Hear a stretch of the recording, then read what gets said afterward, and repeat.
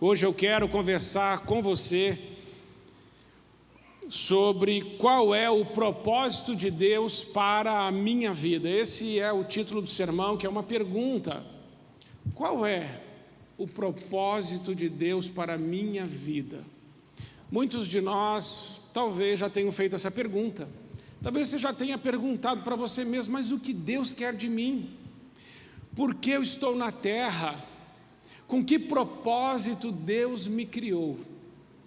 E dentro dessa reflexão, o texto base está em Atos, capítulo 20, versículo 24, que diz assim, o apóstolo Paulo: mas de nada faço questão, nem tenho a minha vida por preciosa, contudo que cumpra com alegria a minha carreira e o ministério que recebi do Senhor Jesus para dar testemunho do evangelho da graça de Deus. Ele fala, olha, de nada faço questão, e em nada tenho a minha vida preciosa para mim mesmo. O apóstolo Paulo já começa aqui nos dizendo que a partir do momento que temos um encontro com Cristo, a nossa vida já não é mais preciosa para nós. Porque quando nos encontramos com Cristo, ou Cristo nos encontra, a nossa vida passa a ser dele. Porque a palavra de Deus diz que Ele nos comprou por alto preço, quando morreu por nós naquela cruz. Então nós não somos de nós mesmos, mas nós pertencemos a Ele. E Ele diz que Ele não tem nada em preciosa a sua vida, contanto que cumpra com alegria a minha carreira e o meu ministério que recebi do Senhor Jesus. Então Ele está dizendo, olha, o propósito de Deus para a minha vida é maior do que a minha vida. A carreira que eu tenho que cumprir, a missão que Deus me deu, ela é maior do que eu.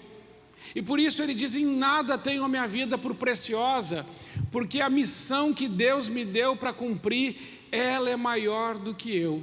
E aí quando a gente vê o Deus Pai Todo-Poderoso, o Criador dos céus e da terra, diz em João 3,16, que Deus amou o mundo de tal maneira que enviou o seu Filho unigênito, o seu único Filho, para que todo aquele que nele crer não morra, mas tenha vida eterna.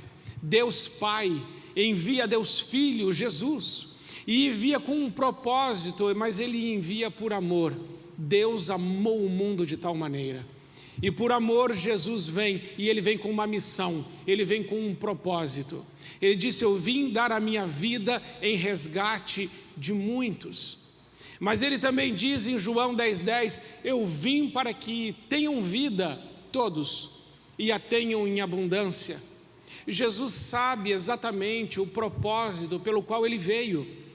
Ele conhecia da parte do Senhor qual é o seu propósito na terra. E aí, irmãos, nós precisamos também buscar isso. Precisamos alinhar a nossa vida com a palavra de Deus e com o próprio Deus, para que o propósito de Deus se cumpra na nossa vida. E sabe, muitas vezes Deus permite que passemos por vales, por dores, por sofrimento, por angústia, para que a gente comece a fazer algumas reflexões que nunca faríamos se não passássemos por dor. Algumas perguntas a gente só faz quando a gente está no vale, quando estamos sofrendo. E as orações mais lindas que saem dos nossos lábios não saem nos dias de festa, nos dias de alegria, mas as orações mais lindas que Deus ouve de nós saem nos momentos mais difíceis da nossa vida. E nos momentos de dor, muitas vezes nós falamos, Senhor, por que isso está acontecendo? O que o Senhor quer de mim? Então nós vamos ver que assim como Jesus tem um plano para o seu Filho, Jesus também tem um plano para mim e para você. O apóstolo Paulo, em um determinado momento da sua vida, até encontrar-se com Cristo, ou Cristo se encontrar com ele, ele achava que estava fazendo tudo certo. O apóstolo Paulo era fariseu, ele estava muito envolvido com a religião judaica, e ele tinha um relacionamento com Deus, conhecia a lei, os profetas, ele dominava as Escrituras. Mas quando Jesus se encontra com Paulo lá em Atos 9, Jesus vai fazê-lo cair no chão, ele fica cego, e Jesus diz para ele: Paulo, Paulo, por que você está me perseguindo? E Paulo diz assim: quem é o Senhor? Ele falou: eu sou Jesus, a quem você está perseguindo. Antes de um encontro com Deus, nós podemos pensar que estamos vivendo o propósito de Deus, como o apóstolo Paulo estava pensando que estava vivendo o propósito de Deus na terra, mas não estava.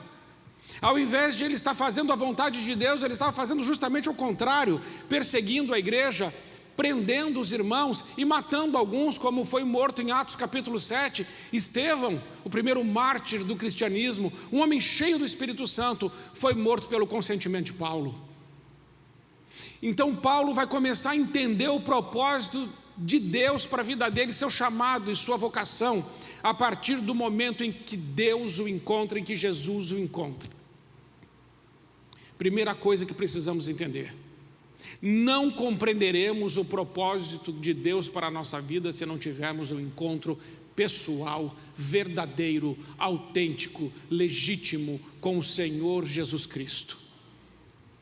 A primeira coisa que precisa acontecer na nossa história, para a gente viver o propósito de Deus, é encontrar-se com Deus ou ser encontrado por Ele.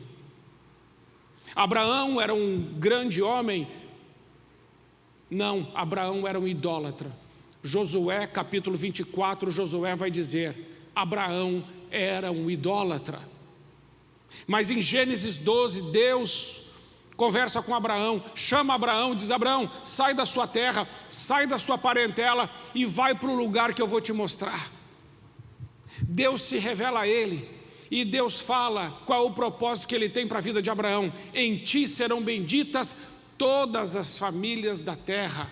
Ser perfeito na minha presença, seja tu uma bênção, e eu abençoarei os que te abençoarem, e amaldiçoarei os que te amaldiçoarem. Deus revela para Abraão o propósito. É a partir do encontro com Deus que nós vamos entender qual é o propósito de Deus para a nossa vida. Então, amados irmãos, a primeira coisa que precisamos entender: a vocação, o chamado é divino. A vocação é divina. A vocação não é ocupação. Existem muitas pessoas que não estão vivendo a vocação, e por não estarem vivendo a vocação, estão vivendo ocupação. O que é ocupação? É aquilo que eu faço por dinheiro. Ocupação é aquilo que eu faço porque eu não tenho outra coisa para fazer, que é o que dá para fazer agora.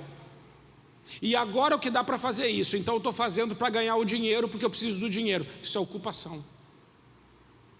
Mas há aqueles que não estão ocupados de fazer aquilo que dá.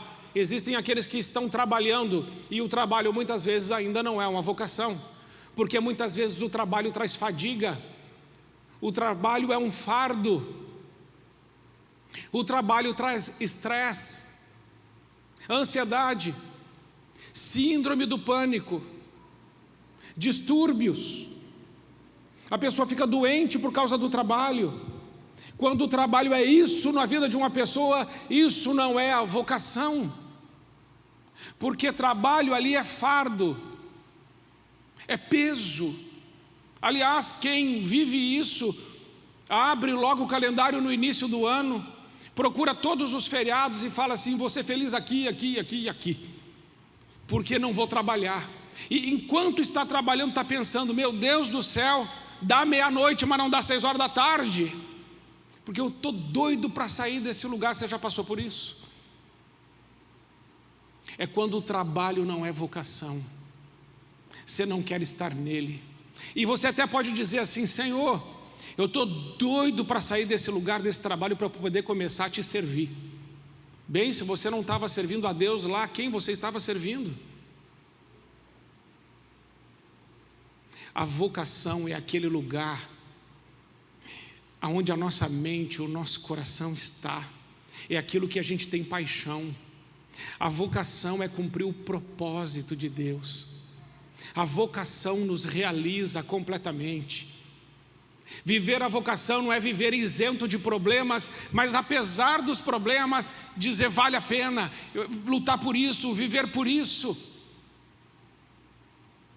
Então, se você está vivendo de ocupação, ou de um trabalho que é um fardo, um peso, você precisa dizer para Deus: Senhor, eu preciso entender no Senhor qual é o propósito que o Senhor tem para a minha vida, porque não é isso. Meu coração não está nisso, é um peso. Tem gente que domingo à noite começa a ficar com depressão, porque segunda-feira vai chegar. Quando a gente está fora da vocação, é assim, fora do propósito, você se sente deslocado, não pertence àquele lugar, e sofre por estar fazendo o que está fazendo. Então o trabalho pode se tornar fonte de renda, mas a vocação é fonte de vida. A vocação, ela ocupa você, dá energia para você, você está disposto a morrer por aquilo. Porque é o que Paulo diz: em nada eu tenho a minha vida por preciosa, mas eu quero cumprir com alegria a carreira que Deus me deu, a missão que Deus me deu, o propósito que Deus me deu, com alegria. Estou disposto a morrer por isso, porque a obra que Deus me deu é maior do que eu, e essa obra é para a glória dele. Então a primeira coisa que nós precisamos entender é que a vocação é divina. Não dá para entender vocação e propósito de Deus na nossa vida sem o encontro e a salvação que vem por meio de Cristo. Efésios 2, de 8 a 10. Pela graça sois salvos, por meio da fé. Isso não vem de vós, é dom de Deus, não por obras, para que ninguém se glorie, porque nós somos feitura de Deus, realizados em Cristo Jesus, para que andemos em toda boa obra que Deus de antemão separou para que andássemos nelas. Deus separou boas obras para que andássemos nelas. Este é o propósito. E então Paulo, quando começa a andar com Deus, vai dizer em Gálatas capítulo 1, versículo 15, ele vai dizer assim: mas quando aprouve Deus, que desde o ventre da minha mãe me separou e me chamou, veja, chamar, vocação, vocare, do latim, chamar, me chamou pela sua graça, revelou o seu Filho em mim, para que eu o pregasse entre os gentios. Paulo vai dizer: eu fui chamado desde o ventre da minha mãe. Embora ele tenha vivido um tempo fora do propósito, ele entendeu que ele nasceu para a glória de Deus, para cumprir a vontade de Deus, para fazer o plano de Deus acontecer na vida dele. Assim eu e você temos um chamado da parte de Deus, e temos um propósito que Deus quer cumprir através de nós. E Paulo discerniu isso, e todos discerniram isso a partir de um encontro com Deus, porque o propósito, a vocação é divina. Em segundo lugar, a vocação é revelada. A pergunta não é quem você vai ser quando crescer, como a gente faz tanto para tantas pessoas, principalmente para as crianças. E aí, quem você vai ser quando crescer? Você já fez os testes vocacionais para mostrar para que lado você vai? A pergunta não é quem você vai ser quando crescer, mas a pergunta deveria ser: o que Deus quer que eu seja, e não o que eu quero ser.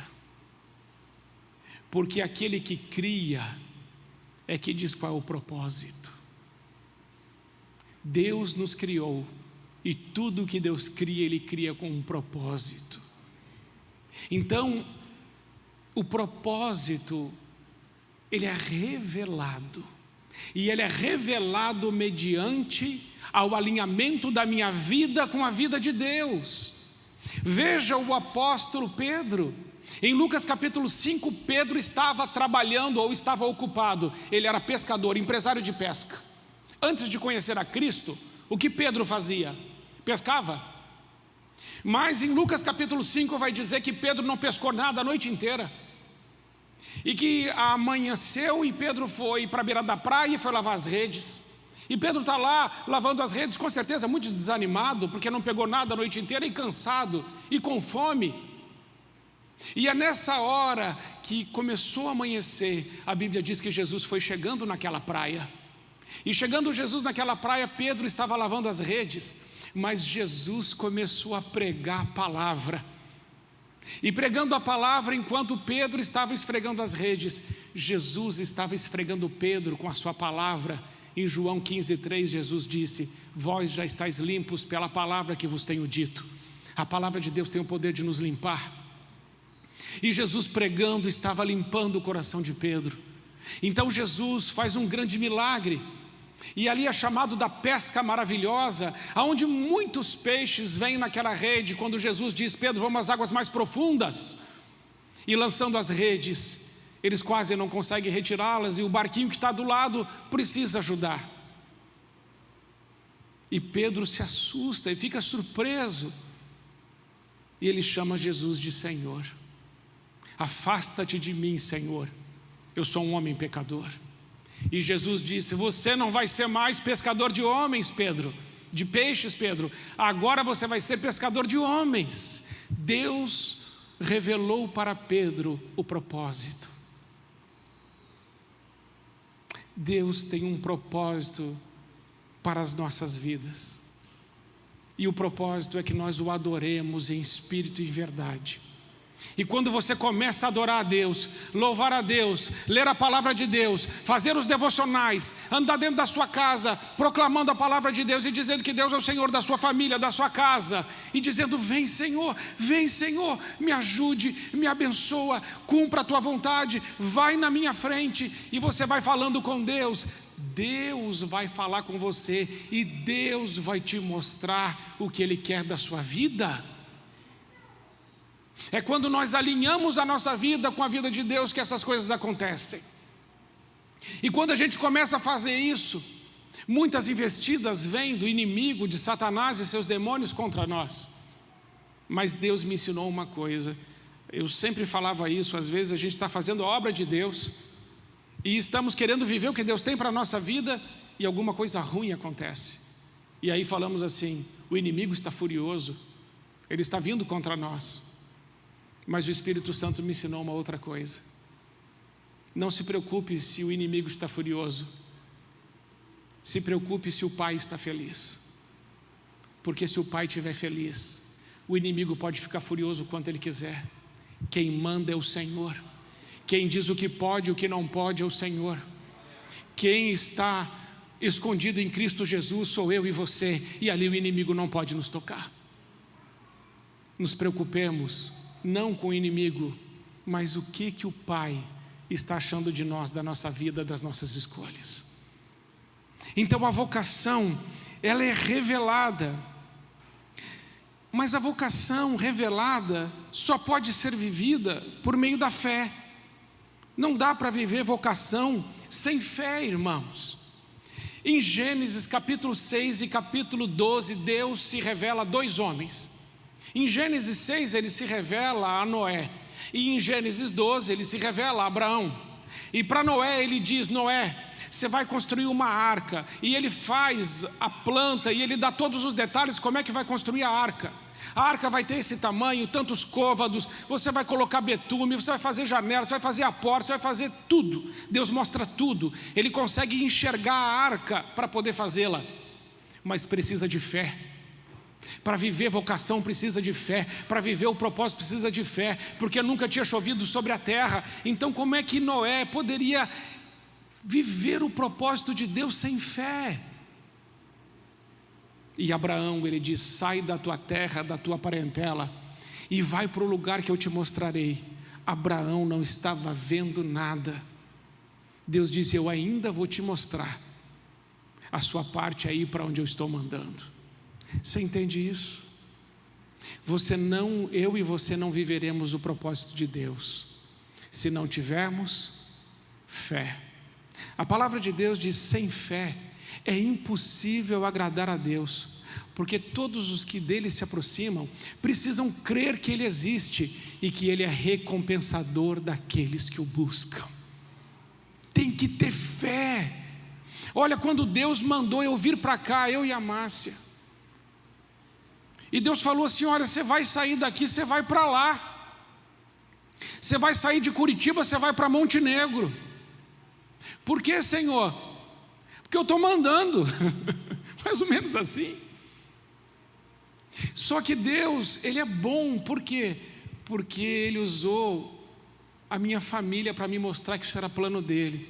A minha filha que falou: pai, eu nunca vou sair dessa igreja que a gente está, aqui é que eu quero ficar, aqui é que é bom para mim. Um dia ela chegou e falou assim: pai, eu estou pronta, deu já o nosso tempo, vamos levantar a âncora, Deus tem mais para nós.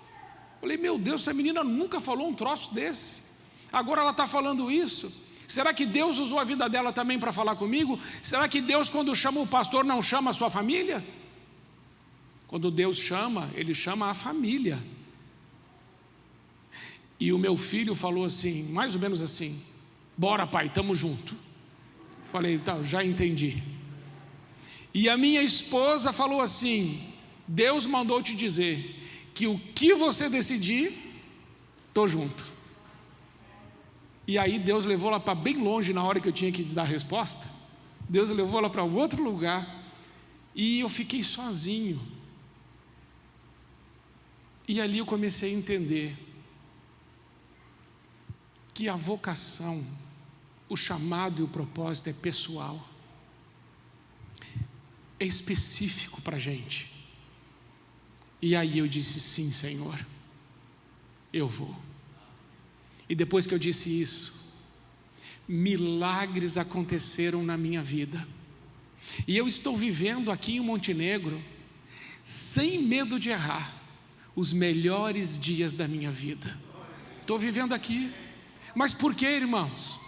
Porque as bênçãos perseguem e alcançam os obedientes. Quando você obedece a Deus, você não sabe o que tem do outro lado, mas se Deus mandou você ir, pode ir, porque Deus já está do outro lado. E quando eu cheguei aqui, quem estava me esperando aqui? Ele, o Senhor.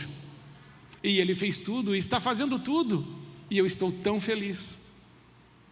Quando a gente vive o propósito de Deus, os outros podem dizer para você: é loucura, mas a loucura de Deus é mais sábia que a sabedoria humana.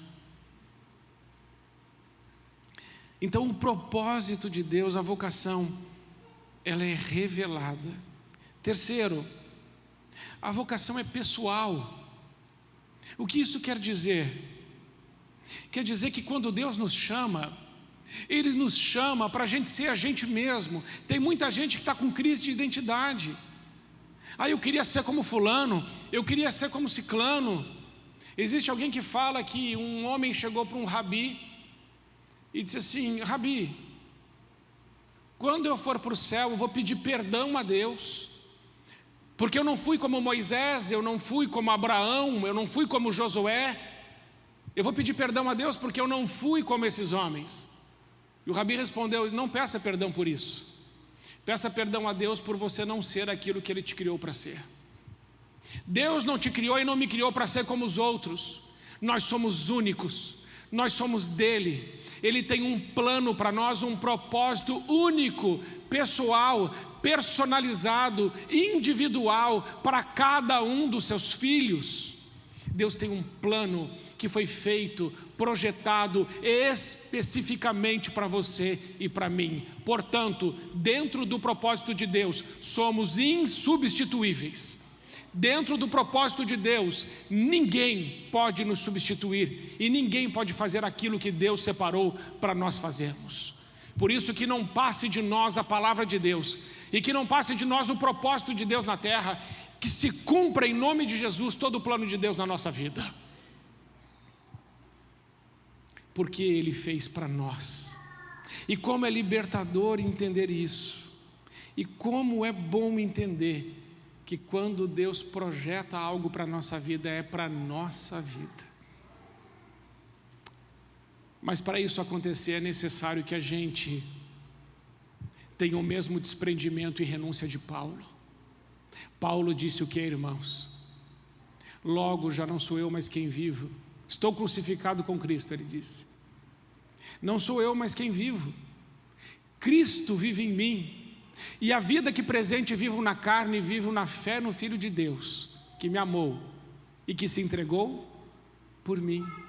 Paulo diz em Filipenses 1:21, para mim o viver é Cristo, mas o morrer é lucro. E por que é lucro? Porque a única coisa que morte pode fazer com o apóstolo Paulo é colocá-lo diante do Todo-Poderoso, e Paulo queria isso. Portanto, Paulo não tinha a morte como inimigo. Essa morte como inimiga já foi vencida, como cantamos. Paulo disse, onde está, ó morte, a tua vitória? Onde está, ó morte, o teu aguilhão? Vencida foi a morte no Calvário. O inimigo do ser humano, que é a morte, foi vencido por Cristo. Paulo diz, não tenho minha vida preciosa para mim mesmo, quero cumprir a carreira. E ele diz, eu combati o bom combate, completei a carreira, guardei a fé. Irmãos, precisamos combater o bom combate. E sabe o que é combater o bom combate? Só um pouquinho vou falar isso.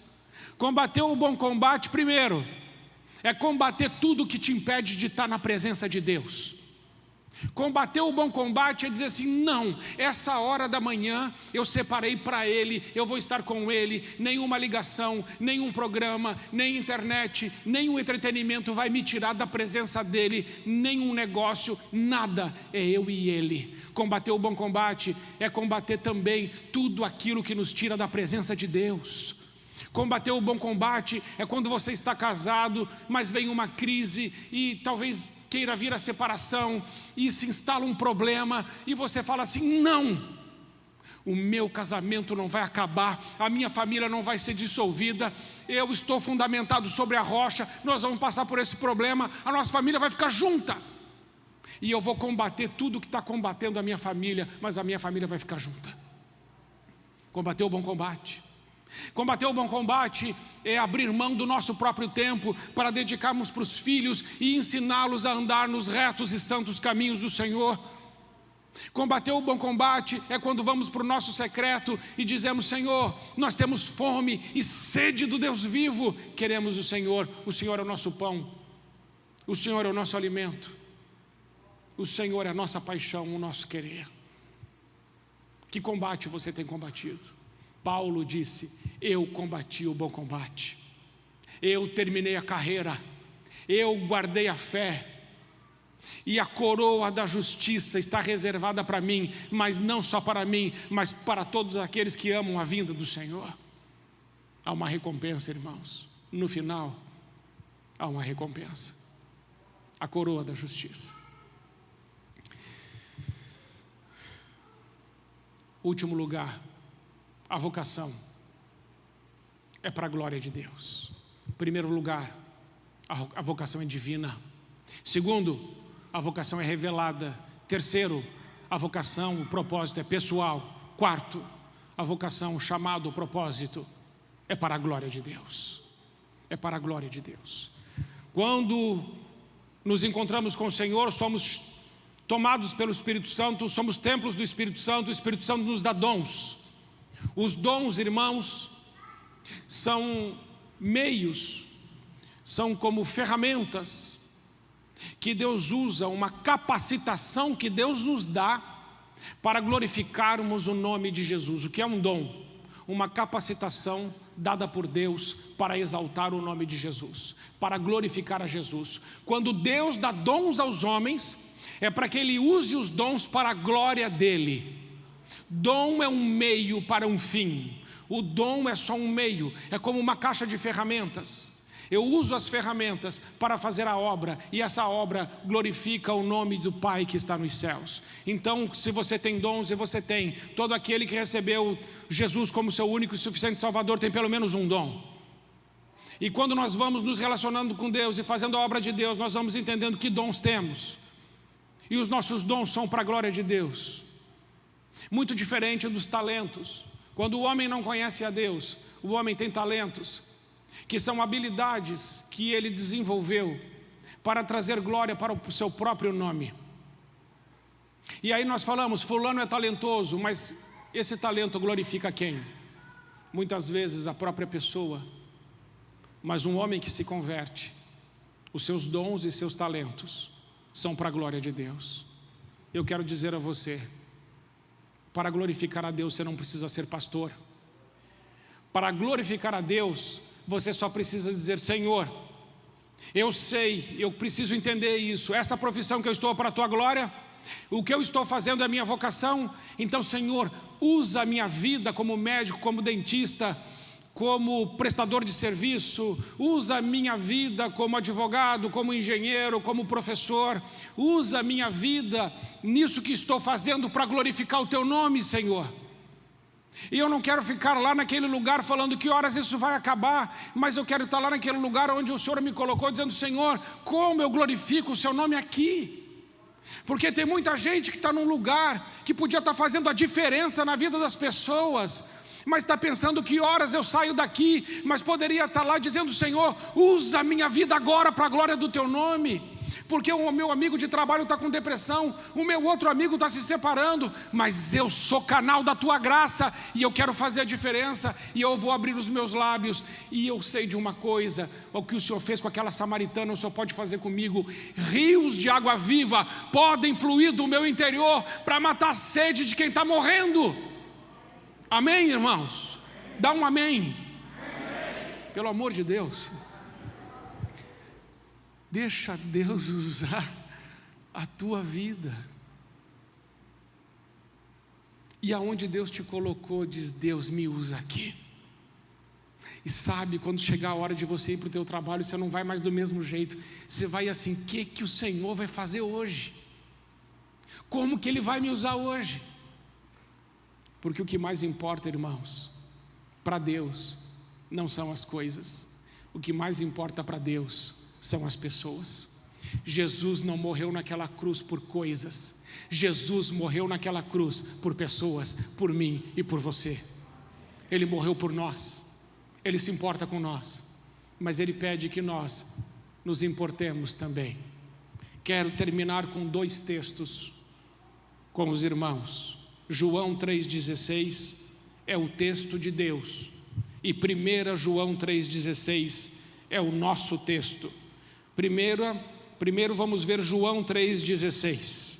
João 3,16 diz, eu vou ler, ouça: porque Deus amou o mundo, que deu o seu Filho unigênito, para que todo o que nele crer não pereça, mas tenha a vida eterna.